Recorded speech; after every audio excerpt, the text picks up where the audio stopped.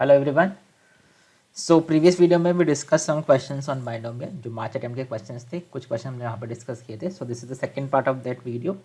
So let's start with the questions again. I hope you had followed all the questions which we have discussed in the earlier video. Okay, तो अगर वो पहले video नहीं देखा है तो वो भी आप देख लो, उसमें भी हमने काफ़ी अच्छे क्वेश्चन डिस्कस किए हैं। ठीक है, so the next question is this was asked in mains 2021, जो 17 मार्च को शिफ्ट 2 का पेपर था, उसमें आया था ये क्वेश्चन। ठीक है, so the value of this expression sigma r equal to 0 to 6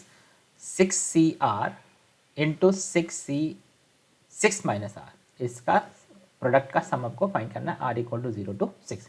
तो कोई भी क्वेश्चन आप पॉज करके आराम से ट्राई करो और सॉल्यूशन फिर मैच करने की कोशिश करो, इससे अच्छा आपका प्रैक्टिस होगा। ठीक है, इसको अपने एक प्रैक्टिस की तरह लो। ठीक है, और इसमें आपको देखो कॉन्सेप्ट भी डिस्कस कर रहा हूँ साथ में, तो आपका एक अच्छा रिविजन होना चाहिए। ठीक है, तो you have to find the sum of this series where r equal to 0 to 6 and 6cr into 6c 6 minus r। तो बेसिकली सीरीज क्या है, देखो r इक्वल टू 0 पुट करोगे 6c0 into 6c6 plus 6c1 into 6c r equal to 1 put करें। ठीक है, 5 6c2 6c4 6c3 6c3 and so on. Last term जो आपको मिलेगा, आपने r इक्वल टू 6 पुट कर दिया, 6c6 इंटू 6c0। ठीक है, so what is the sum of this series, this is the question here. ठीक है, now understand some points here. पहले आप कुछ पॉइंट्स हैं वो समझ लो। Whenever you have any series, ध्यान सुनना, प्रोडक्ट ऑफ सीरीज जिसमें sum of these lower coefficients N C R और ये है मान लो एन सी एक्स। ठीक है, तो इन दोनों का सम अगर कांस्टेंट आ रहा है, ठीक है, देखो जैसे यहाँ पे इनका देखो सम कांस्टेंट है, तो whenever you have some constant और सम सीरीज अगर है, so this can be directly solved by taking the two expansions. अब एक्सपेंशन क्या लोगे, देखो if I take the expansion of 1 plus X raise to 6, आप फोकस करो ये जो फर्स्ट टर्म्स हैं, ये जो फर्स्ट टर्म्स हैं, इन टर्म्स पे फोकस करो। These terms you will get from the expansion of 1 plus x raised to 6. So what is the expansion of 1 plus x raised to 6? You know what is the expansion of 1 plus x raised to 6. This is 6c0, 6c1x, 6c2x square, 6c3x cube and so on, 6c6x raised to 6. Then if I take again the expansion of 1 plus x raised to 6, क्योंकि आपकी जो second terms हैं, देखो जो second terms हैं वो भी जो है यहाँ पे coefficient of X raise to 1 plus X raise to 6 के कोएफिशिएंट्स में ही आपको मिलेगा, एक्सपेंशन में मिलेंगे। So if I again expand this is 6c0, 6c1x, 6c2x square and so on, 6c6x raise to 6। अब देखो यहाँ पे अगर आपके पास मल्टीप्लीकेशन ऑफ टू टर्म्स है, मतलब आपने क्या किया होगा, दो टर्म्स को मल्टीप्लाई किया होगा, दो एक्सपेंशन को मल्टीप्लाई किया। तो if I multiply this two, you can see this is 1 plus X raise to 12, let's इनको मल्टीप्लाई कर दिया तो ये क्या आएगा, 1 plus X raise to 12 and this is 6c0, 6c1 x, this is 6c2x square and so on, 6c6 x raise to 6 into, अगर आप इस टर्म को एक्सपेंशन करेंगे, ठीक है, तो मैं इसको फिर से वापस वही लिख रहा हूँ, this is 6c0, 6c1x, 6c2 X square, 6c5 X raise to 5 और 6c6 एक्स रेज टू 6। हमने क्या किया, मल्टीप्लाई कर दिया। और अब ध्यान से देखो, सम ऑफ लोअर सबस्क्रिप्ट क्या आ रहा है, सम ऑफ लोअर सबस्क्रिप्ट 6 आ रहा है। तो if I just check the coefficient of X raise to 6 in this and sum of the coefficient of x raised to 6 in this, can we say coefficient of x raised to 6 on both sides should be same, क्योंकि this is an identity, this expression is same as this expression। इसको आप expand करोगे तो आपको x raised to 0 के कुछ term मिलेंगे, x raised to 1 के कुछ टर्म मिलेंगे, x raised to 2 के कुछ टर्म मिलेंगे। तो अगर हम x raised to 6 का कोएफिशिएंट देखें तो what is the coefficient of x raised to 6 in this, अब आप उसको ध्यान से देखो। तो can we say what is the coefficient of x raise to 6। अब अगर आप इसको ब्रैकेट्स को मल्टीप्लाई करोगे तो now understand this, 6c0 into 1, ये वाला जो टर्म है, इसको आप किससे मल्टीप्लाई करोगे कि x रेज टू 6 मिलेगा, x रेज टू 6 की टर्म से मल्टीप्लाई करोगे। तो इस टर्म को हमने देखो x रेज टू 6 की टर्म से मल्टीप्लाई किया तो आपको x रेज टू 6 मिलेगा। एक्स रेस टू 1 की जो टर्म है उसका आप एक्स रेस टू 5 के टर्म से मल्टीप्लाई करोगे सेकेंड ब्रैकेट के, तो आपको एक्स रेस टू 6 का कोएफिशिएंट मिलेगा। सिमिलरली यहाँ पे एक्स स्क्वायर का टर्म और यहाँ पे एक्स रेस टू 4 का जो टर्म होगा वो मल्टीप्लाई होंगे, तो आपको एक्स रेस टू 6 का कोएफिशिएंट मिलेगा। एंड सो ऑन, ऐसे आप करते जाओगे तो 6 एक्स रेस टू 6 को आप इससे मल्टीप्लाई करोगे तो फिर से आपको एक्स रेस टू 6 का कोएफिशिएंट मिलेगा। इसका मतलब क्या होगा, इस साइड पे दैट इज RHS साइड पे कोएफिशिएंट एक्स रेस टू 6 क्या होगा, 6C0 into 6C6, then 6C1 into 6C5, यहाँ पे 6C1 और यहाँ पे 6C5, then 6C2 into 6C4 and so on. यहाँ पे ध्यान से देखो, ये 6C6 और ये 6C0, 6C6 और ये 6C0। So this is the coefficient of x raised to 6 on the right hand side, and this term should be same as the coefficient of x raised to 6 on this side. So what is the coefficient of x raised to 6 in 1 plus x raised to 12?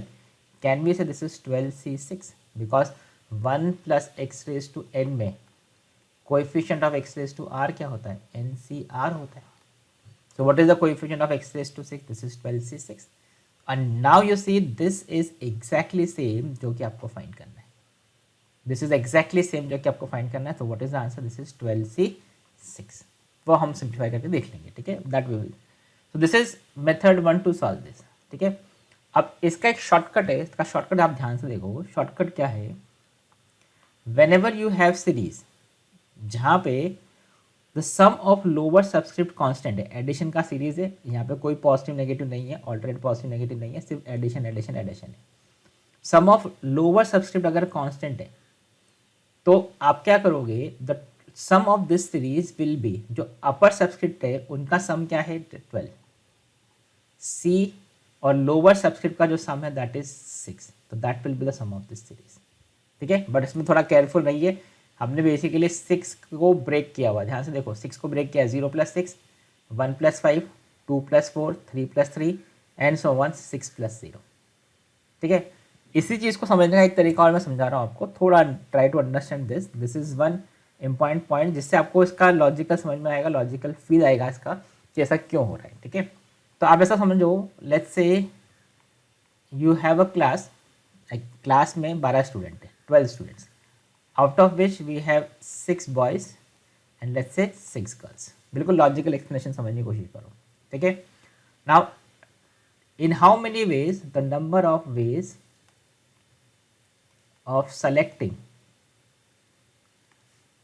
6 persons, 6 student 6 persons will be equal to what, कितने तरीके से आप 6 student select कर सकते हो out of this 12। तो what is the answer for this, this is 12C6। भाई 12 बच्चे हैं आपके पास, 12 स्टूडेंट्स है, 12 स्टूडेंट में से इन how many ways you can select 6 students, 6 12C6। Now 12C6 is the total number of ways of selecting 6 persons out of 12। उसका आप ऐसे भी तो बोल सकते हो, अगर आपके पास इस क्लास में 6 बॉयज़ और 6 गर्ल्स हैं तो total number of ways of selecting 6 student, ऐसा भी हो सकता है। देखो 0 बॉय 6 गर्ल्स, हमने क्या किया, एक भी बॉय सेलेक्ट नहीं किया, 6 गर्ल्स सेलेक्ट किया। या फिर ऐसा हो सकता है हमने 1 boy 5 girl, 2 boys 4 girls and so on, 6 boys and 0 girl। These are the number of ways, these are the ways which in which we can select 6 persons। So in how many ways you can select 0 boy, 6C0 से हमने कोई भी boy select नहीं किया basically एक तरीके से। into in how many ways you can select 6 girls, 6C6।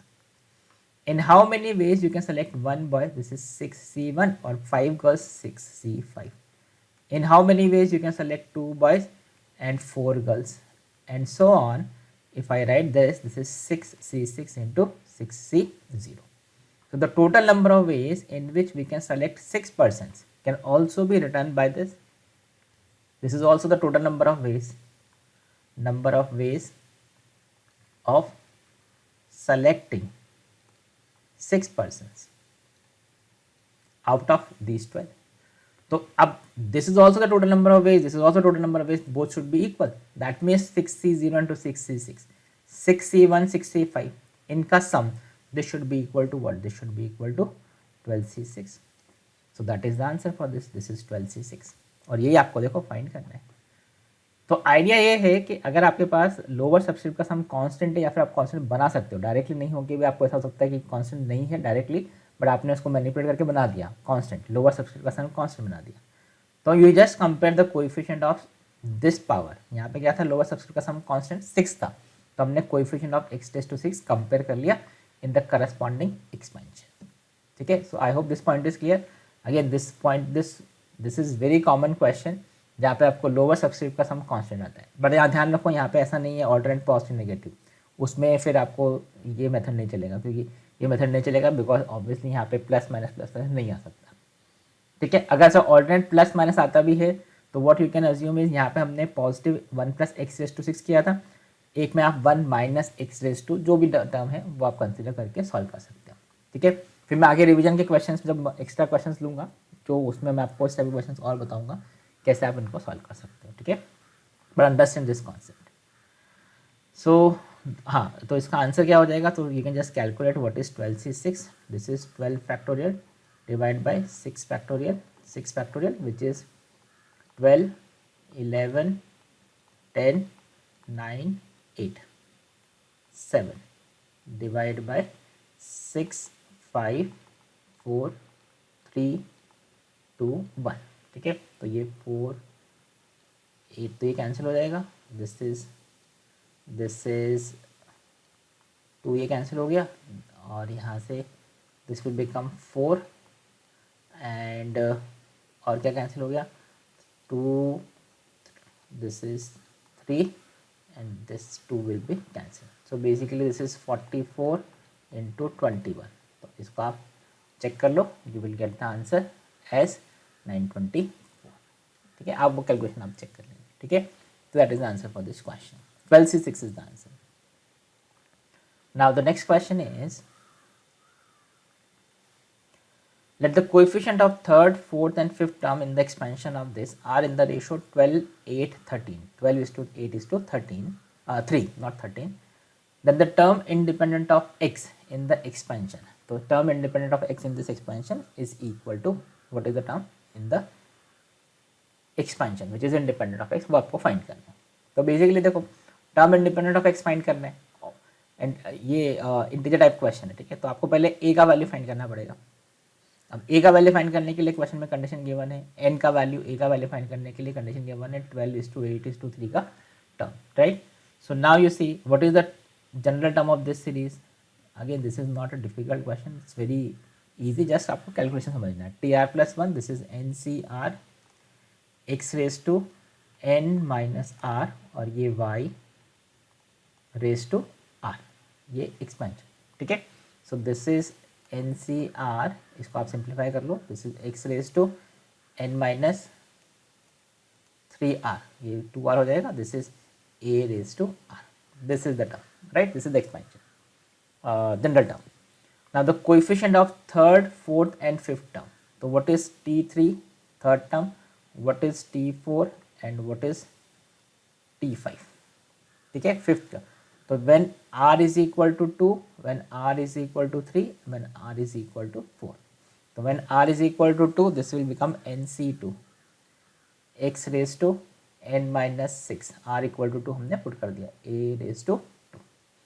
what is the fourth term, this is NC3, r equal to 3 put कर दो, x⁻n-9 and this is a⁻3, r equal to 3। ठीक है, and this is fifth term, that is r equal to 4, NC4 x⁻4 put करोगे, this will become 12 and this will become a⁻4, correct। so these are the terms which are third term, fifth term and third term, fourth term and fifth term। अब इनका जो ratio है, coefficients का ratio जो है, that is 12:8:3। अब coefficients का ratio क्या होगा, देखो ध्यान से, कोएफिशिएंट क्या होंगे, NC2a², NC3a³। तो basically this is NC2a² is 2, NC3a³ is 2, NC4a⁻4।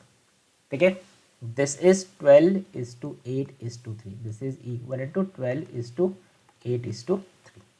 अब इसको सॉल्व करके you have to just find the values of a and n। तो अब आप क्या करोगे, this is NC2 divide by NC3A, यहाँ से इन दोनों को डिवाइड कर दिया हमने, दिस इज इक्वल टू 12/8, ठीक है, NC2 बाई NCA, ठीक है। और यहाँ से इन दोनों को डिवाइड कर लो, this is NC3 divide by NC4A, this is equal to, ये क्या हो जाएगा 8/3, ठीक है। So now you can see here if I simplify this, अच्छा एक मैं आपको फॉर्मूला दिला देता हूँ, NCR upon NCR minus 1 is N minus R plus 1 upon R, ये फॉर्मूला आप ध्यान रखो, this is very important formula for whenever you have the coefficients, binomial coefficient, consecutive binomial coefficient, इनका ratio NCR upon NCR minus 1 is N minus R plus 1 upon R, right. इसको आप बहुत easily prove कर सकते हो, वो आप calculation करके चेक कर लीजिए, ठीक है। So for example if you talk about this, तो what is NCR upon NCR minus 1, अगर हमने R इक्वल टू, एक काम करते हैं मैं नेक्स्ट पेज पर लिखता हूँ, this is NCR upon NCR minus 1, this is N minus R plus 1 upon R। और ऐसा नहीं है कि आपको ये फॉर्मूला नहीं भी पता है तो आप सॉल्व नहीं कर सकते, यू कैन इजीली सब simplify N factorial upon N minus 2 factorial N minus 3 factorial, वो सबको आप सिंप्लीफाई करके भी आप सॉल्व कर सकते हो, ठीक है, just to save the time I am giving you this formula, ठीक है। तो अगर आपने R इक्वल टू 3 पुट किया तो you can see this is NC3 divide by NC2, R equal to 3 put कर दिया, so this is N, R equal to 3 put करोगे तो N माइनस 2 डिवाइड बाई 3, ये आ जाएगा आपके पास, so this is this is N minus 2 divide by 3, तो ये उल्टा है आई थिंक, ये NC3, हाँ, तो ये फर्स्ट इक्वेशन क्या बन जाएगा, this is 8/12 is equal to, this is equal to NC3A divided by NC2, so now you can say this is 4 का फैक्टर कैंसिल कर दो, 2/3, this is equal to, अब this is N minus 2 divided by 3, so this is first equation got. now second equation के लिए आपके पास NC3 NC4 है, तो R equal to 4 put कर दो, तो जैसे आप R इक्वल टू 4 पुट करोगे NC4 NC3, this is N minus 4 plus 1, that is N minus 3 divided by 4, तो यहाँ पे you can see this is NC4A, this is, let me solve this, 3/8, this is NC4A divided by NC3, so this is 3/8 is equal to, now what is NC4 by NC3, this is N minus 3 divided by 4, और ये तो ये आपका second equation आ गया, ठीक है। So now what is this, अगर आपको सॉल्व करना है तो आप इन दोनों को डिवाइड कर दो, दिस इज जैसे आप डिवाइड करोगे, this is 2/3 divide by 3/8, this is equal to N minus 2 divide by 3 into 4 divide by N minus 3, हमने N को एक को एलिमिनेट कर दिया, so now I think you can easily solve this, this is 16/9 is equal to N minus 2 divide by N minus 3, और ये 4/3, तो ये भी कैंसिल हो जाएगा, 4 और ये 3, अब तो सिर्फ कैलकुलेशन वाला पार्ट है, तो this is 4N minus 12, this is 4N minus 12 and this is 3N minus 6, so what is the value, N is equal to 6, और n का वैल्यू 6 हो गया तो आप a का वैल्यू भी फाइंड कर सकते हो, तो what is the value of a, तो n इक्वल टू 6 इसमें पुट कर दो, तो n इक्वल टू 6 पुट करोगे, this will be 2/3, this is 6 minus 2, that is 4/3 by a, ठीक है, so this will be cancelled, what is a is equal to 1/2, so this is a is equal to 1/2। अब question क्या था, question was what is the term independent of x, तो अब independent of x के लिए हमको क्या करना होगा, तो हमारा जो जनरल टर्म है, ये जनरल टर्म, ठीक है, इसमें n minus X raise to n minus 3r, मैं एक बार इधर लिख देता हूँ, what is general term tr plus 1 NCR X raise to n minus 3r, और ये a रेस टू r, बराबर लिखा है, हाँ, right. Now you see if you have to write the term which is independent of x, independent of x मतलब power of x should be 0, so that means n minus 3r should be equal to 0। n का value 6 है, this is equal to 0, मतलब r का value क्या हो गया 2। तो r equal to 2 मतलब ये जो टर्म बन जाएगा this will become n is 6 R का वैल्यू 2 पुट करिए तो ये तो 0 हो ही जाएगा। This is a raise to 2 और a क्या था 1/2, सो this is 1/2 raise to 2। So now you can check this value. This is 6 factorial divided by 4 factorial, 2 factorial और ये 1/4। So now if I simplify this, this is 6 5 divided by 2 into 4। ठीक है, so now you can check this value, you will find the answer for this question। ठीक है, so this is how you can solve this question to find the value of term which is independent of x। ठीक है, so you can just check the calculation। I think this is now you can easily solve this 15/4। okay, so let's move to the next question। now the term which is independent of x in the expansion of this, now this is again a repeated question, ये already एक बार IIT में आ चुका है। so you have to find the term which is independent of x in the expansion of this। ठीक है, अब इसमें first जो देखो, अगर आपको term independent of x find करना है तो ऑब्वियसली आपको इनको टर्म्स को देखो थोड़ा सिंप्लीफाई करना पड़ेगा, क्योंकि एक्स की पावर्स को आपको कलेक्ट करना पड़ेगा। एक्स की पावर कुछ होंगी, उसका पावर हम 0 करेंगे एक्सपेंशन के अंदर, तो coefficient of X raise to 0 will give you the term independent of X. तो अब एक्स रेज टू 0 के लिए आपको यहाँ पे पहले इन एक्स के पावर्स को कलेक्ट करना पड़ेगा, तो ऑब्वियसली पहले इसको सिंप्लीफाई करो। अब how will you simplify this, तो एक एक टर्म को पहले देख लो कैसे सिंप्लीफाई करेंगे। तो इसको देख के कुछ समझ में आ रहा है, this is x square minus x plus 1, ऐसा कुछ लिखा हुआ है, ए square minus A plus 1, A square minus A plus 1, इस टाइप का टर्म देखो लिखा हुआ है। और ए स्क्वायर माइनस ए प्लस 1 का टर्म कहाँ आता है, थिंक अबाउट दिस, तो ये आता है A cube plus B cube में, A cube plus B cube is, या फिर A cube plus 1 A plus 1 A square minus A plus 1। तो अब इसको ध्यान से देखो कैसे सिंप्लीफाई कर सकते हो। Can we say this is X raise to 1/3 cube plus 1, numerator को ध्यान से देखो, X raise to 1/3 raise to 3। Now what is this, this is A cube plus B cube. Now what is A cube plus B cube, this is A plus B into A square minus A B plus B square. Check this step, ये A cube plus B cube, तो A plus B A square minus A B plus B square. So basically इसको देखो ये क्या लिखा है, this is X plus 1 divide by X raise to 2/3 X raise to 1/3 plus 1, this is equal to X raise to 1/3 plus 1। तो ये जो first term था इसको हमने सिंप्लीफाई कर दिया। अब सिमिलरली देखो सेकेंड टर्म क्या है, this is X minus 1 divide by, ये है x और ये रूट एक्स। तो you can clearly see if I take root X common, यहाँ से हमने देखो रूट एक्स कॉमन ले लिया, so this will become root X minus 1। और इसको आप ध्यान से देखो, दिस रूट एक्स माइनस, ये न्यूमरेटर में जो है x minus 1, this you can say this is root X plus 1 into root X minus 1। थोड़ा बस सिंप्लीफिकेशन पे ध्यान दो, रूट एक्स माइनस 1, तो ये आपका कैंसिल हो गया। So this term we have also simplified. So now this expression is effectively x raised to 1/3 plus 1 minus, you can see this is root x plus 1 upon root x, और ये raised to क्या है 10। So what is this? This is x raised to 1/3 plus 1, इसको भी और simplify कर सकते हो, देखो 1 minus 1 by root x raised to 10।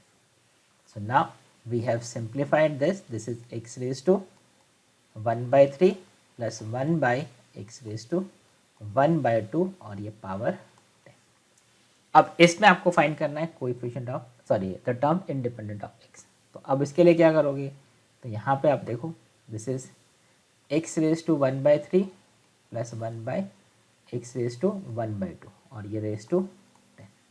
तो what is the general term for this, this is tr plus 1 NCR x raise to मतलब x raise to 1/3 raise to n minus r और ये y रेज टू r। ठीक है, अब अगर इन term independent of x है, this is 10cr और ये क्या हो गया x raise to 10 minus r divide by 3 divide by x raise to r by 2। अब अगर टर्म इंडिपेंडेंट ऑफ x है, इसको सिंप्लीफाई करके देख लो, this is r by 2, this is 10 minus r by 3। तो इसका मतलब दोनों टर्म कैंसिल होना चाहिए या फिर coefficient of x raise to 0 होना चाहिए। तो that means 10 minus r divide by 3 should be equal to r by 2। तो यहाँ से just simplify this, 20 minus 2r this is equal to 3r। So what is this, this is 5r is equal to 20, that means r is equal to 4। मतलब fifth term जो होगा वो उसका independent of x होगा। तो उससे value क्या होगा, तो r इक्वल टू 5 पुट कर 4 पुट कर दो, तो this is t5, this is 10c4। ठीक है, r इक्वल टू 4 पुट कर दिया।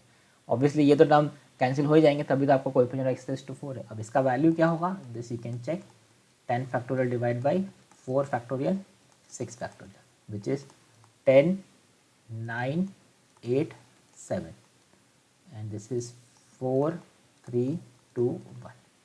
So you can just simplify this, this is 8 and this is 3, so this is 21 into 10, that is 210. So what is the answer, the term which is independent of x is 210. This is the answer. अब कई बार question ऐसा भी हो सकता है, which term is independent of x, तो यहाँ पे the fifth term is independent of x, right? So that is the answer for this question.